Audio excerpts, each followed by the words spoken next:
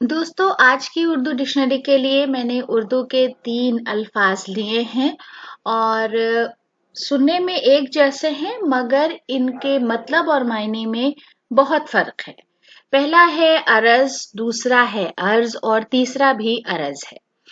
तो आप यहाँ पर देख सकते हैं कि दो की तो स्पेलिंग एक जैसी है और एक की स्पेलिंग अलग है, यानी दो ऐन के साथ हैं और एक अलिफ के साथ है।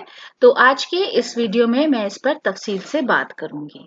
तो सबसे पहले ऐन, रे और जुआद। अरज।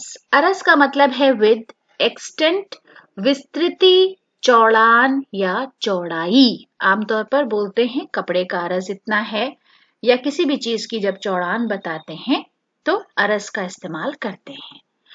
उसके बाद है अरज अलिफ के साथ, अलिफ, रे और ज्वाद, जिसका मतलब होता है सरजमीन या जमीन। आमतौर पर जमीन के मायनों में इस्तेमाल होता है, सरजमीन भी आप इस्तेमाल कर सकते हैं, गलत नहीं होगा। तो अलिफ के साथ अरज का मतलब है जमीन, सरजमीन।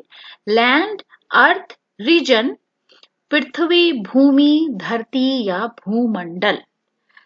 तीसरा है अर्ज।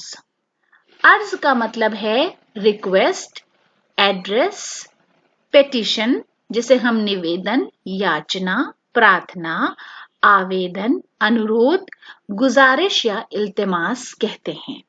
तो ये बहुत इस्तेमाल में है कि अर्ज करती हूँ या आपसे अर्ज है, तो ये उस मतलब में इस्तेमाल होता है।